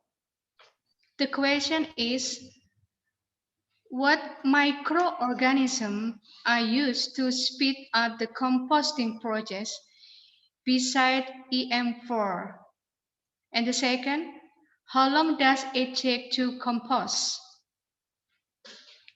Okay, thank you. And for Prof. Ravinda, would you please to answer the question first? Yeah, thank you very much. I think that's a very important question that the participant asked. Why direct seeded rice is more damaging, is damaged more than the transplanted rice. So I will explain. You know, in case of snails, the snail cannot differentiate between the rice and the wheat. It cannot differentiate. And snails are only damaging rice when they are from the first day to the 30-day-old. So in case of transplanted rice, you are using a seedling which is around maybe 21 to 25 days after transplanting. So the snail is only damaging the seedling from 21 to 30 days, because that is the stage when the snail is able to damage the rice. And after 30 days, it's not able to damage the rice in transplanted rice because it becomes hard. The snail cannot bite. In case of direct seeded rice, after you sow the seed, which is pre-germinated, you have from day 1 after direct seeding until day 30 to become susceptible. So in direct seeded rice, it can damage for a longer time from day 1 to day 30. That is why in case of direct seeded rice, the longer exposure of the plant to up to the 30 days, that's why you have more damage in direct seeded rice than transplanted rice. The second thing, in case of transplanted rice or in case of direct seeded rice, when the direct seeded rice is germinating, also the wheat is also germinating. But the snail prefer to eat both anything that is germinating, so they damage more direct seeded rice than the transplanted rice. Is it clear? Can you hear me? Yes. Thank you, sir. Yeah. Thank you so much. Yeah, the second is that with the flooding or the drought, where the snails are becoming more problematic. In case of flooding, what happens? The snails are actually carried from one place to another. The pathways of snail is mostly through irrigation systems.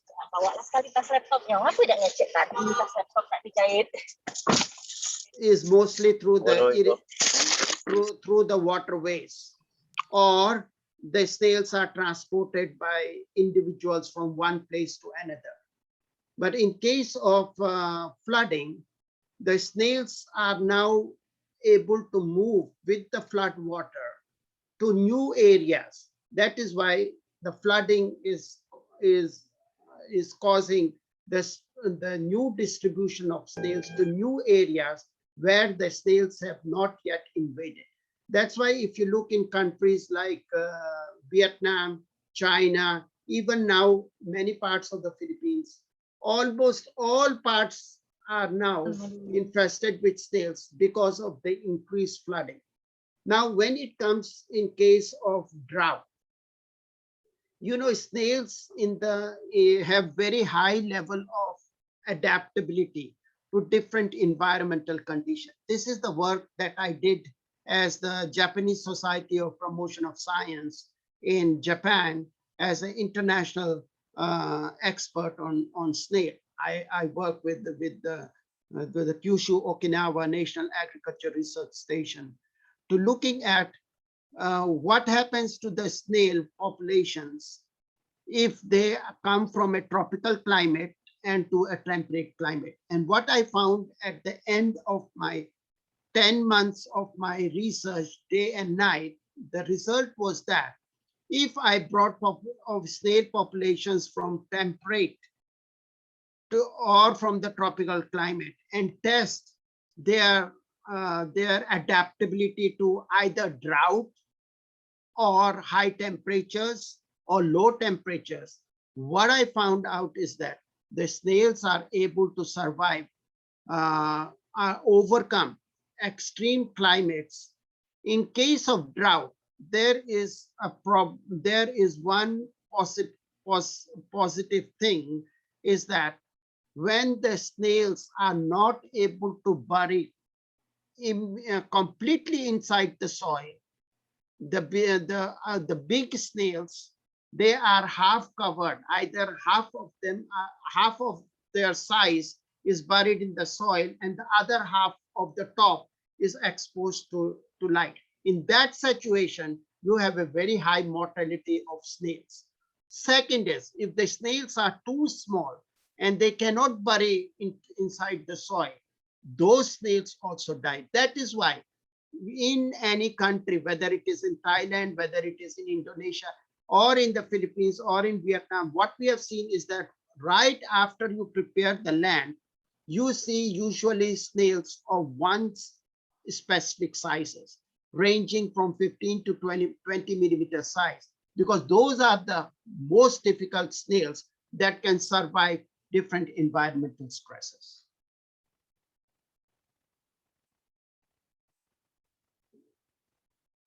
I'm done. Thank you, Mr. Rafi, for the answers. Okay, next for Dr. Kantipa, please. I have two questions. The first to ask about the microorganism, right? Yes. For the microorganism, we have two works. In the first case, the microorganism to make a compost. Mainly, we find a lot of many species of the microorganism from the soil as the ant hills and the bamboo soils. Because why we interesting in two sources? Because we found that for the bamboo soil is grows fast and is well function for root system, right? Root system of the bamboo soil. So we decided that maybe have the microorganism that more benefit in the soils.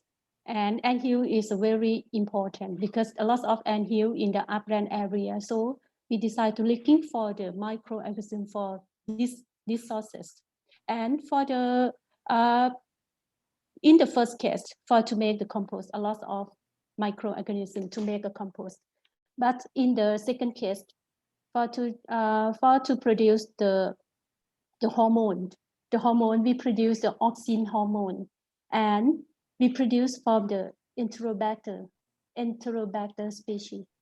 So, and the second about the to make a compost, right?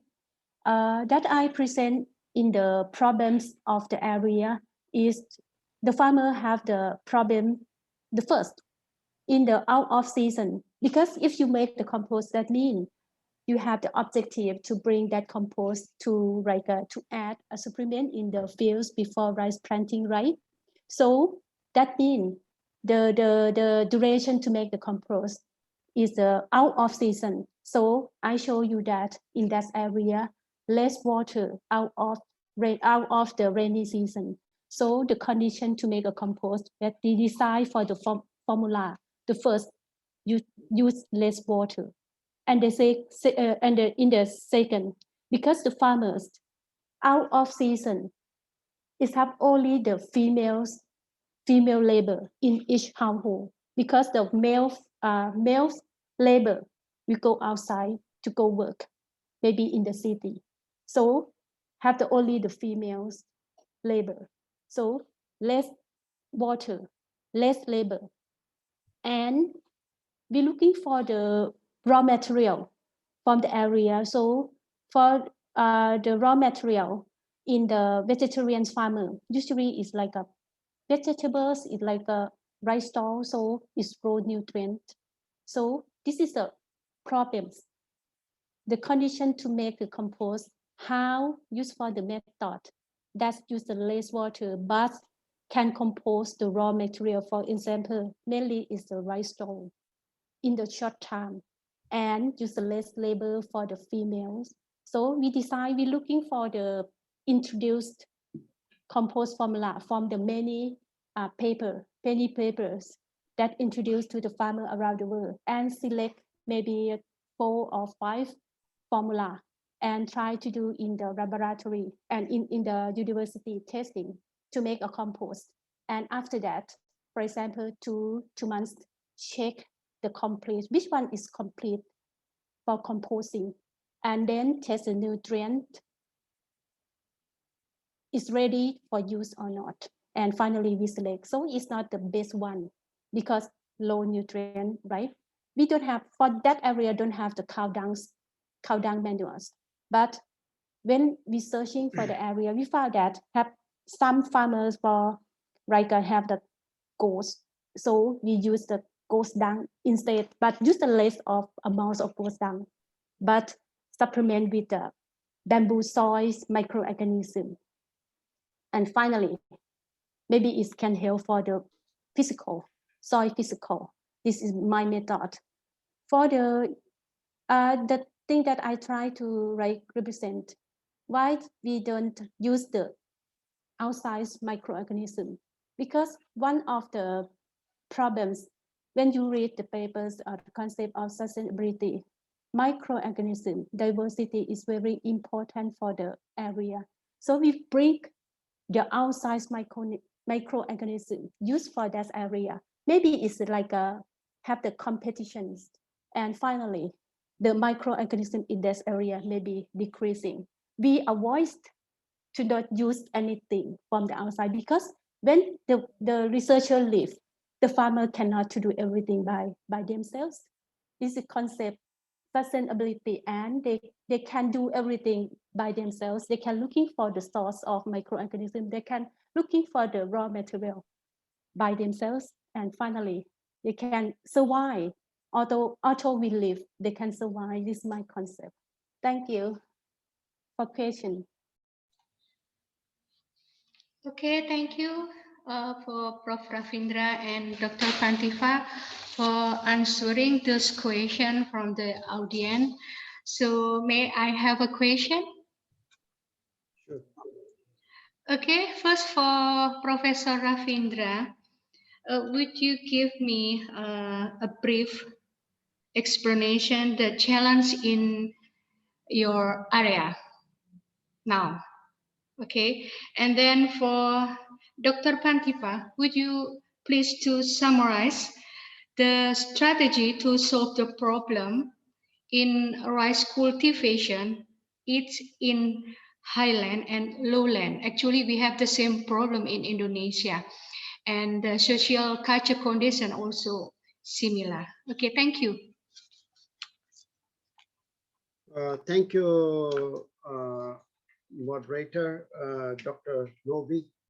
The biggest challenge in the snail research is in all countries where rice is grown.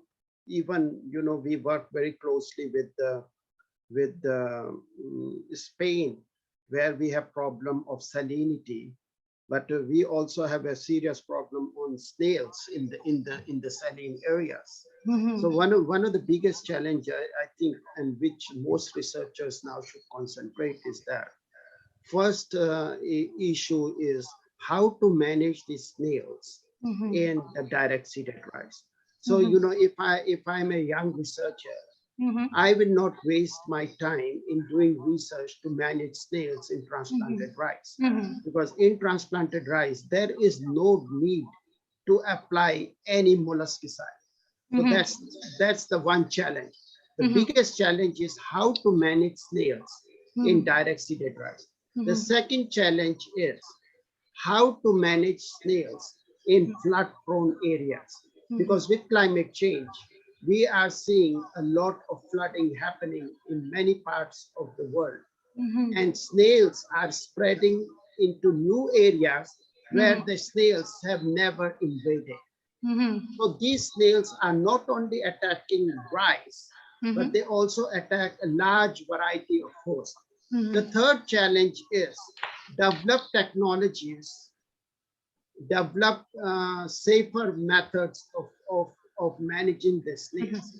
So one of the examples that I showed is, if you are a young researcher, focus on looking at botanical pesticides, focus on plant-based molluscicides for management of snails, because the other cultural controls are easy to manage snails, but we need more also in terms of providing. So currently we are doing a lot of work on nano plant molluscicides And the idea is to reduce the problems, the environmental problems from application of synthetic pesticide. And the last challenge is, which is in our work, is we have to also address the farmers' health. Cost of reduction, cost of production of rice has to go down.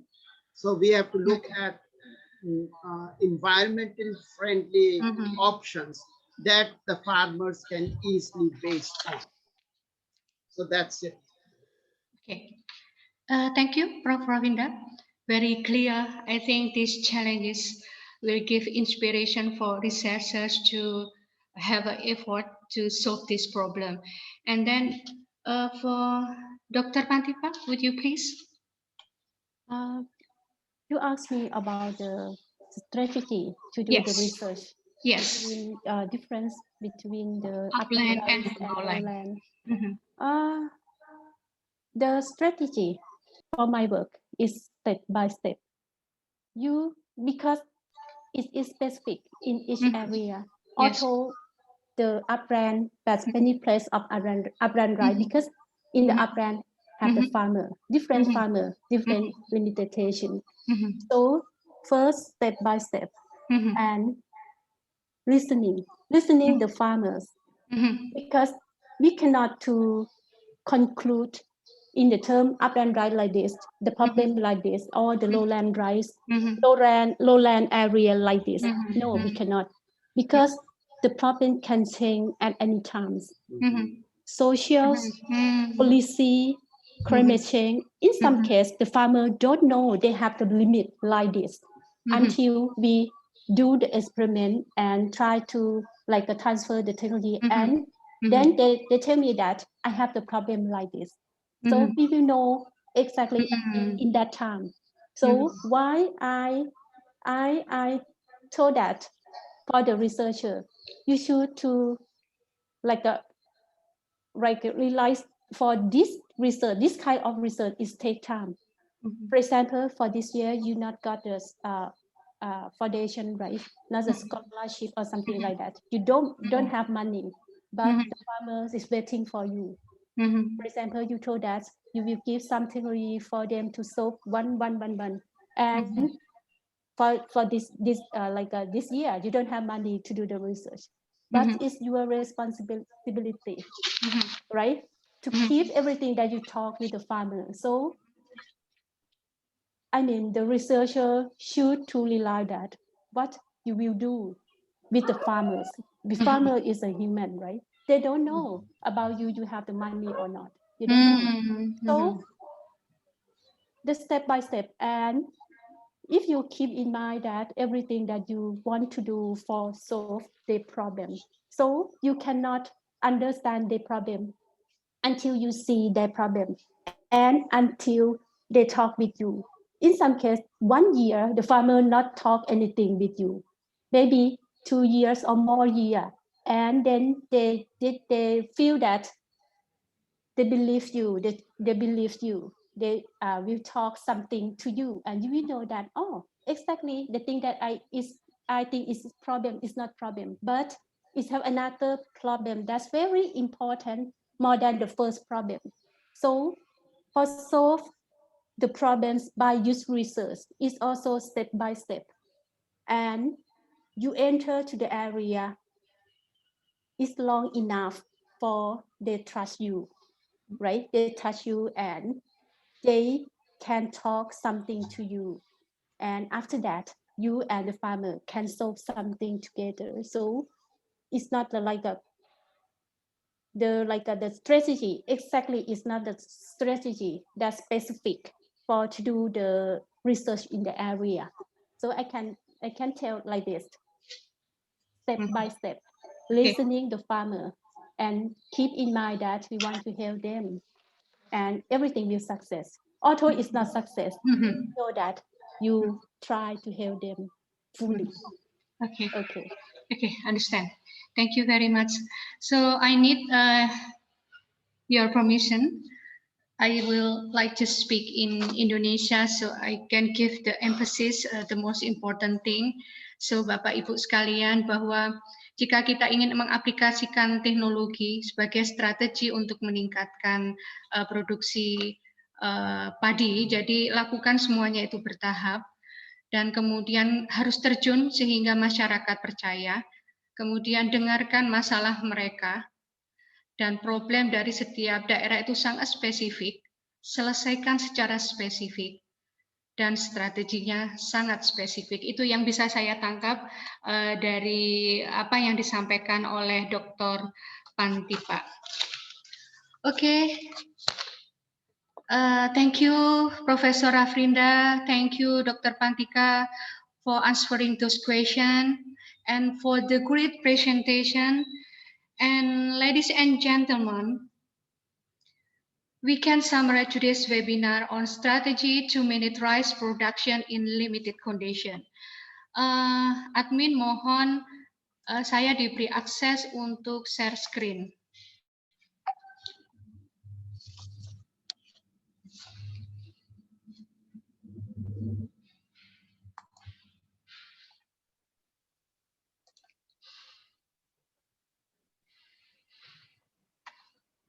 Okay.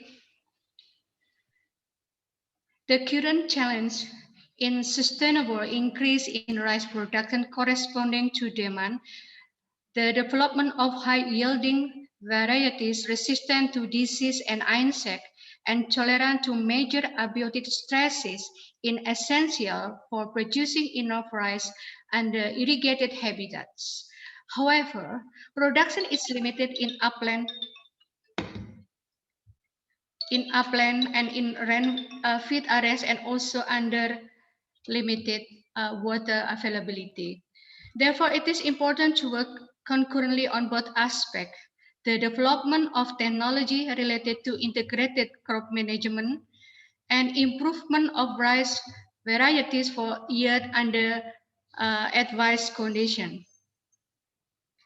Climate change would complicate the condition for rice cultivation in this area. This leads to intermittent rainfall, enhanced flash flooding, and sporadic drought, which adversely affect cultivated soil. Secondary, adverse effect on crop production due to climate fluctuation are change in soil stature, enhanced soil salinity, and lost genetic diversity. Ladies and gentlemen, therefore, to mitigate this effect, researchers seek to exploit existing genetic resources and government with partnership and collaboration in the context of rice and germplasm accession belong to different species and have been conserved ex situ and more effort in progress. And the strategy is to develop and select location-specific management options that are safe, economical, easy to do, and sustainable. Improvement strategies such as marker assist selection, marker assist by crossing, marker assist by pyramiding, marker assist occurrence selection, and genomic selection. Thus, the development of rice cultivar will improve its capacity to survive in limited conditions, will offer significant economic and environmental benefit toward the achievement of the sustainable development goal. I think that's all. Okay, I return to Master of Ceremony. Thank you.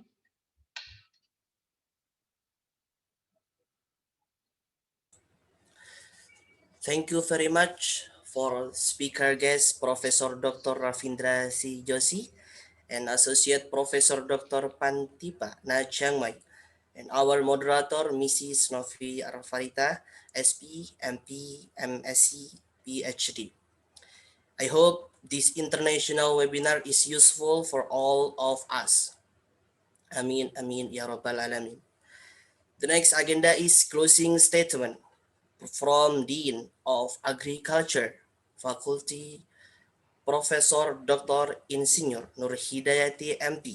Dear Professor Dr. Insinyur Nur Hidayati MP, we please you take your time. Thank you, Mr. Rizky. Assalamualaikum warahmatullahi wabarakatuh. Ladies and gentlemen, at the end of fruitful presentation by keynote speakers, along with informative question and answer sessions, I'm Professor Nuridayati as the Dean of the Faculty of Agriculture, University of Islam Malang, express my gratitude to Professor Dr. Rafi and Associate Professor Dr. Pantipana Chiangmai for their excellent presentation, which is sure useful for all of us. I hope that this webinar has provided great benefits to academicians, researchers, practitioners, rice farmers, and students who can enhance the quality and production of agriculture. Such efforts have been carried out in Philippines and Thailand for increasing rice production, even in conditions where land with a fairly severe limiting factor. It is well known that the rice is staple food for the majority of the world population, especially in Asia. The application of ecological based rice cultivation and the use of local potential is the main key in increasing rice production, which tends to decline from time to time due to decline in the quality of paddy soil, especially to manage invasive apple snails impact and also to manage paddy soil with have severe limiting factor. Um, Last but not least, I would like to convey a certificate of appreciation to Professor Dr. Ravindra Joshi. This is the I'm so sorry. This is the certificate for Professor Dr. Rosi, and this is the certificate. Not Unfortunately, we cannot see, so I actually you cannot have see. to put on the PPT. Yes, maybe I will send the file to their email address. And thank you so much for all of you for the participation and making success to this webinar, international webinar. I hope we can do collaborative research, partnership, collaboration in the future. Thank you so much. Good morning and wassalamualaikum warahmatullahi wabarakatuh. Waalaikumsalam Assalamualaikum. warahmatullahi wabarakatuh. See you, Dr. Pantipa. See you, Prof. Ravinda. Excuse me. Yeah. Before we are going to close our international webinar today, I ask to all audience to turn on the camera because we'll take documentation. Dimohon untuk seluruh audiens menghidupkan kameranya dikarenakan akan dokumentasi. Terima kasih.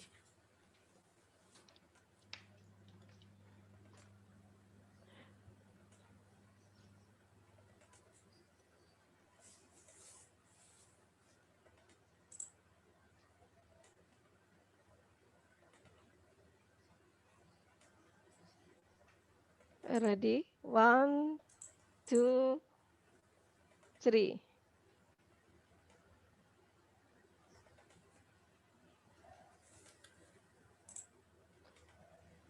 The next slide. 1, 2, 1, 2, 3.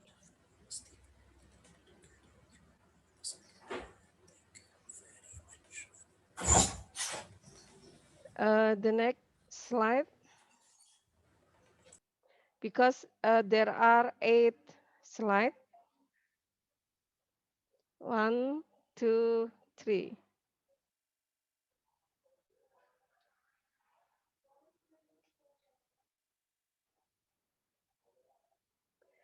The 4th slide. Please open the camera. So many close camera in the 4th slide.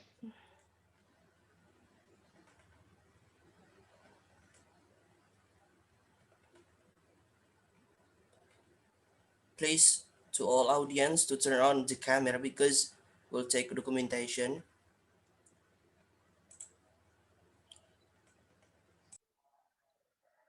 Bapak Ibu, ini sesi foto, mohon di-on-kan kameranya.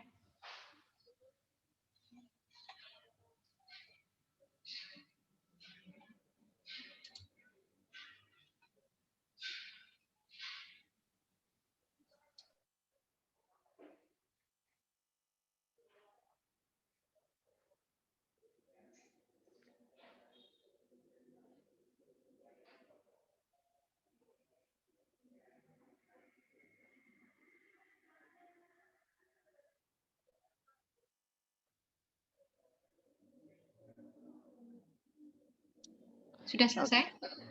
The last slide.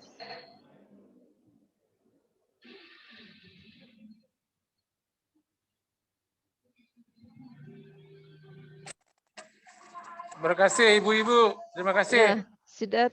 Terima kasih semuanya. Thank you so much for all of audience. Previously, I am Rizky Zulkarnain as the master of ceremony. I do apologize. I do a big apologize for all mistake I did during guiding you in this agenda. And thank you very much for your nice attention. And the last I say, Assalamualaikum warahmatullahi wabarakatuh. Waalaikumsalam warahmatullahi Waalaikumsalam wabarakatuh. warahmatullahi Salam dari wabarakatuh. Universitas Islam Makassar. Oh, dari Makassar. Kasih. Terima kasih Bapak sudah join.